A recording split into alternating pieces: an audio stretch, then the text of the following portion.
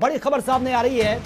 Ukraine से Romania पहुंचे हैं भारतीय छात्र और बस में सवार होकर रोमानिया पहुंचे हैं ये सभी छात्र। रोमानिया से स्पेशल विमान में इनको भारत लाया जाएगा। फिलहाल जो खबर सामने आ रही है, ये तस्वीर आप देख सकते हैं। रोमानिया से स्पेशल विमान में इनको भारत लाया जाएगा। फिलहाल बस से ये पहुंचे हैं।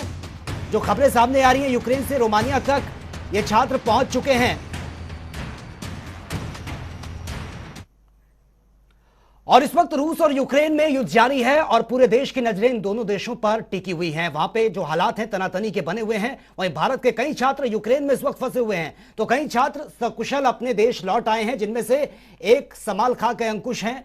समालखा के मनाना गांव के अंकुश यूक्रेन में उदग्रेज में रहकर पढ़ाई कर रहे थे, लेकिन रूस यूक्रेन का युद्ध से ऐन वक्त पहले ही अपने देश वो वापस लौट आए हैं। अंकुश यूक्रेन के हालातों पर क्या कुछ उन्होंने कहा है, वो आपको सुनाते हैं।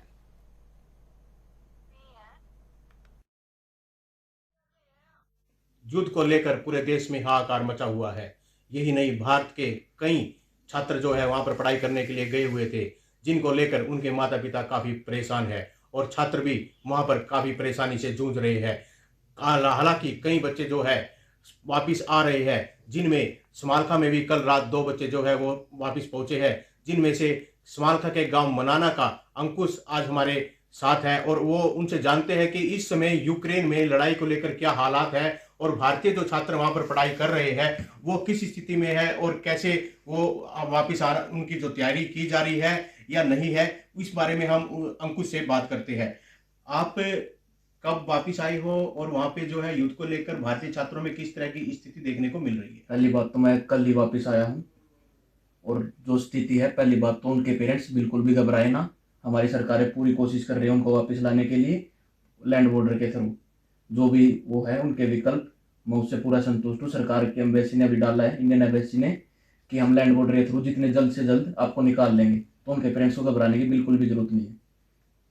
वहां पर आप थे, आप किस चीज की पढ़ाई कर रहे थे और भारतीय जो छात्र हैं वो कितने वहां पर इसमें फंसे हुए हैं? आप किस देश में थे और कौन सी यूनिवर्सिटी में आप पढ़ रहे थे?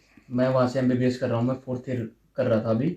और भारत के छात्र होंगे 20,000 के करीब छात्र हैं, पर अभी 10 से 12,000 छात्र अभी भी वहाँ फंसे हुए हैं।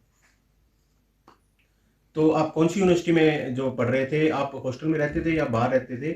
वहाँ पे खाने पीने को लेकर रेट में क्या इजाफा हुआ है? किस तरह की परेशानी वहाँ पे भारतीय छात्रों को आ रही है, एक बार जरा बताएं। मैं उज्जरोद नेशनल यूनिवर्सिटी में पढ़ता था और जो खाने पीने की दिक्कत अभी रशिया के और होने के बाद आ रही है। धीरे धीरे चीज़ों का स्टॉक खत्म हो रहा है वहाँ पे खाने पीने की।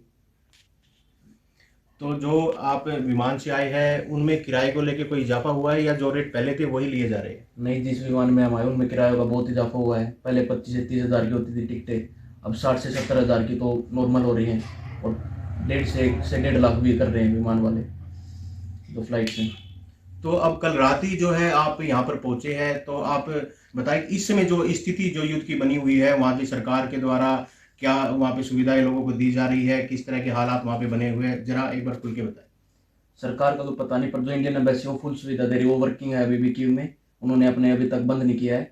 और जो बच्चे कीव में फंस गए थे हमला होने के बाद, उनको एम्बेसी ने निकाला है, अपने एम्बेसी में लेके गए हैं। वहाँ पे उनको पूरी हेल्प कर रहे हैं, खाने पीने का बिल्कुल पूरा अच्छा सुविधा कर रहे हैं वहाँ पे उनकी। देखिए, ये थे हमारे साथ समालखा के गांव मनाना के अंकुश, जो कल रात ही जो है यूक्रेन से आए हैं। ये उज्जरोद यूनिवर्सिटी में MBBS की पढ़ाई वहाँ पे कर रहे थे। इनका कहना है कि जिस जगह पे ये रह रहे थे वहाँ पर युद्ध की कोई इतना खतरा नहीं है, उनसे कुछ काफ़ी दूर जो है युद्ध का खतरा बना हुआ है, जिसमें काफ़ी भारतीय फंसे हुए हैं जो इनके संपर्क में थे। इनका कहना है कि वो खतरे में है, लेकिन जहां पर ये लोग पढ़ते थे वो खतरे से अभी बाहर है। लेकिन फिर भी जो वहां पर भारतीय छात्र जो फंसे हुए हैं वो चाहते हैं कि वो जल्द से जल्द अपने घर जाए। हालांकि इनका कहना है कि युद्ध के बाद जो है वो विमानों का जो किराया है वो कई गुना बढ़ गया है, जिससे आर्थिक जो इन छात्रों पर बोझ पड़ रहा है और माता पिता को भी इसमें काफी परेशानी हो रही है। हालांकि हम जनता टीवी भी यही चाहती है कि जो भी भारतीय छात्र वहां पर फंसे हुए हैं वो जल्द अपने घर आए और अपने माता पिता के साथ अपने घरों में रहे। समालखा से जनता टीवी के लिए राकेश वर्मा। वहीं रोहतक के सौरभ राठी भी यूक्रेन में MBBS की पढ़ाई के लिए पहुंचे थे, लेकिन रूस और यूक्रेन के बीच छिड़े युद्ध के चलते बीच में ही वो फंस गए हैं। लेकिन जैसे तैसे यूक्रेन से सकुशल वापस अपने घर लौट आए हैं। सौरभ के घर वापसी के बाद परिवार में खुशी का माहौल है। सौरभ के लौटने के बाद उन्होंने वहां के हालातों के बारे में भी बताया है।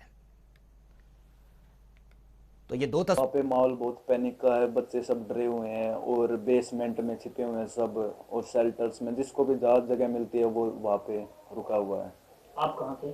मैं अपने फ्लैट पे था, तब तक इतना बहुत पैनिक नहीं था। मैं फिर एकदम से जब बढ़ने लग गया, उसी दिन मैं क्यू में था तब बॉम्ब ब्लास्ट हुआ, उसके मेरे जस्ट फ्लाइट उड़ते ही वहाँ पे बॉम्ब ब्लास्ट हुआ था 2 घंटे बाद। ये कल ही यहाँ घर हर मेरे को बहुत ही खुशी हुई मेरे बेटे से मिलकर। अच्छा, क्या क्या डर क्या था मन में? वहाँ ये रसिया का यूक्रेन का जो चल रहा है झगड़ा, इसमें कल फिर परसों अचानक इनके अटैक हुए, बमबारी हुई, मिसाइलें गिरी, तो मेरे को इतना भय हो गया। मैं देख के रो रही थी कि बच्चे क्या कर रहे हैं, कैसे होंगे, कब आएंगे। तो फिर मैंने इनके पास वीडियो कॉल किया कि बेटा कैसे हो, मम्मी ठीक हैं, क्लास चल रही है, बेटा फटाफट टिकट करवा लो और जल्दी इंडिया आ जाओ। डर तो काफ़ी था, जैसे हम न्यूज़ देखते थे। मेरी क्लासेस थी, मैंने तो वो भी स्किप कर दी थी। पेरेंट्स हैं, उनकी टेंशन अलग, जैसे जॉब पे जाते हैं पेरेंट्स दोनों, तो वो बोलते थे कि टीवी में क्या चल रहा है बता हमें, ये देख के बता। और जैसे उस टाइम भी मेरी क्लासेस होती थी, तो एक साइड तो मेरी क्लासेस हैं, ऊपर से सौरभ की टेंशन कि क्या हो रहा होगा, इसकी भी क्लासेस हैं, इसके पास फ़ोन नहीं कर सकते थे हम, तो सारा ऐसे टीवी में देखते थे, रोते रहते थे कि कैसे क्या होगा, कब आएगा वो। फिर जब इसकी फ्लाइट की बुकिंग हुई, जब जाके हमारी स्ट्रेस कम हुई कि ये वो छात्र हैं जो सकुशल अपने घरों को वापस लौट आए हैं, लेकिन अभी भी कई ऐसे परिवार हैं जिनके बच्चे यूक्रेन में फंसे हुए हैं। रूस और यूक्रेन के बीच युद्ध जारी है। दोनों देशों के बीच हालात चिंताजनक अभी भी बने हुए हैं। सोनीपत के कई छात्रों के परिजन भी, चिंता उनकी लगातार बढ़ती जा रही है। परिजन अपने बच्चों से फोन पर उनकी सुरक्षा व्यवस्था और यूक्रेन के हालातों के बारे में जानकारी ले रहे हैं। परिजनों ने सरकार से छात्रों को जल्द स्वदेश लाने की अपील भी की है।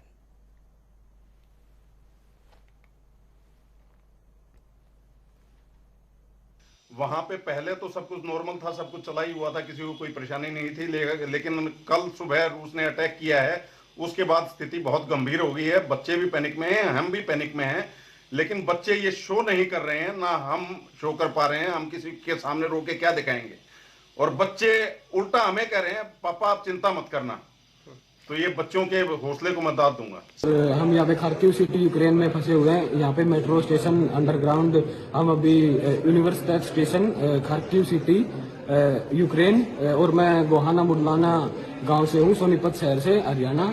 और यहाँ पे काफ़ी पैनिक सिचुएशन है। हम अभी कुछ कर नहीं पा रहे हैं, ऊपर लार्ज स्केल पे बॉम्बिंग हो रही है। सबने हाई अलर्ट कर दिया कि अंदर ही रहना, हमारे पास खाने पीने का कुछ नहीं है, कोई सप्लाई नहीं है। और बहुत सारे स्टूडेंट इधर फंसे हुए हैं, बहुत सारे हजारों की तादाद में लोग मेट्रो स्टेशन के अंदर हैं।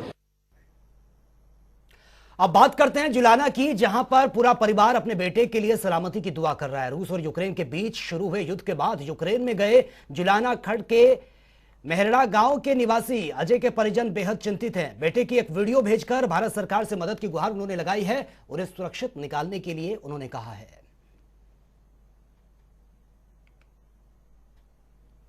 मेरा भाई यूक्रेन गया था एमबीबीएस की पढ़ाई करने के लिए, वर्ल्ड वार की वजह से वहाँ फंस गया है, जिसके कारण भाई हमें भी थोड़ी दिक्कत हो रही है और भाई को भी दिक्कत हो रही है, बंकरों में बंद है।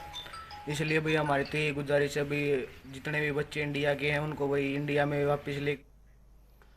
और वहीं नूह जिले का छात्र पिछले 4 साल से यूक्रेन में एमबीबीएस की पढ़ाई कर रहा है। तायब हुसैन ने वतन वापसी के लिए फ्लाइट का टिकट भी किया था, लेकिन एयरपोर्ट पर ब्लास्ट होने की वजह से उड़ानें रद्द कर दी गई हैं। परिवार वालों का कहना है कि कई छात्र अभी भी फंसे हैं, खाने पीने के सामान की भी उनको किल्लत हो रही है।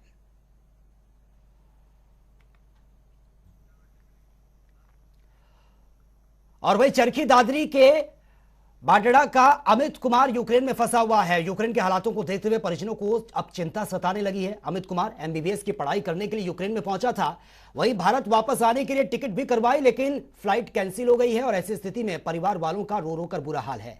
अमित के पिता का कहना है कि उनका बेटा यूक्रेन में मौजूद है। यूक्रेन स्थित नाजुक बनी हुई है, वहां के जो हालात हैं, जिसको देखते हुए परिजनों ने केंद्र सरकार से गुहार लगाई है कि सभी छात्रों को जल्द से जल्द भारत वापस लाया जाए।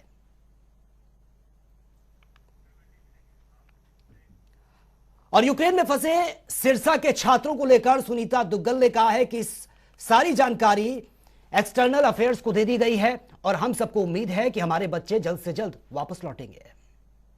मेरी लोकसभा सिरसा से कम भी 25 के करीब बच्चों ने और उनके माता पिता ने या उनके रिश्तेदारों ने हमसे कांटेक्ट करने की कोशिश की है और मैंने नंबर दिया है ऑफ़िस का, वहाँ पे भी कांटेक्ट किया है, जो मोबाइल नंबर दिया है वहाँ पर भी कांटेक्ट किया है बहुत से पेरेंट्स ने।